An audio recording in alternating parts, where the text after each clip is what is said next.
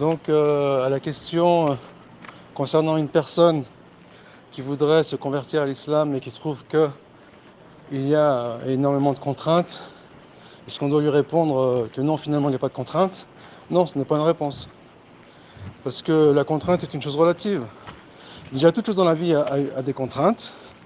Simplement, justement, c'est en fonction de son attirance vers la chose qui fait que ces contraintes, on les supportera plus ou moins. Ensuite, ça dépend des personnes, ça dépend de l'endurance des uns et des autres, ça dépend des motivations, ça dépend d'un tout. Donc on peut enjoliver la chose en disant non, il n'y a pas de contraintes, mais si, il y a des contraintes. C'est comme si une personne elle disait j'aimerais devenir médecin sans entreprendre des dizaines d'études réclamées pour devenir médecin. Eh ben, on lui répond tu ne seras jamais médecin. En l'occurrence, c'est la même chose. La personne, elle est enchaînée à ses passions, elle est enchaînée par les chaînes des passions. Donc elle adore ses passions, c'est une forme d'adoration, c'est-à-dire qu'elle prend ses passions pour culte. Forcément, tout ce qui ira à l'encontre de ses passions sera une contrainte.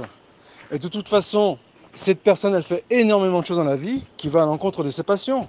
Elle respecte les contraintes de la société, elle respecte les exigences de la société, elle respecte les exigences de la vie de tous les jours.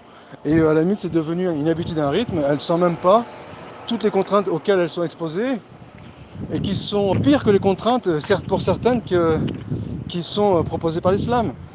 Nous avons par exemple une personne qui se rase tous les jours, c'est une contrainte. Et pourtant, elle le fait sans se plaindre pour autant.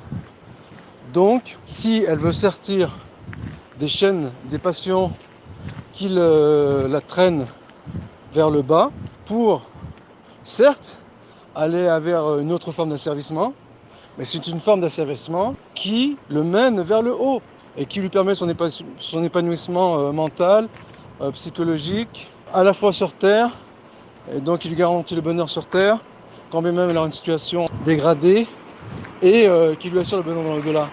Donc c'est un choix, c'est une contrainte, elle n'est pas gratuite cette contrainte. Les autres contraintes, il y a beaucoup de contraintes qui n'ont aucun sens dans sa vie, et pourtant il s'y astreint le cœur ouvert.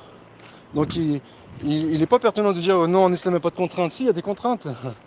C'est le propre même de l'islam, mais c'est justement, c'est pour purifier l'âme, c'est pour dompter l'âme, et qui, elle, veut s'émanciper des contraintes de l'adoration et du culte du Seigneur unique, pour se complaire dans l'adoration de ses passions, et le culte du moi, et l'émancipation des contraintes spirituelles.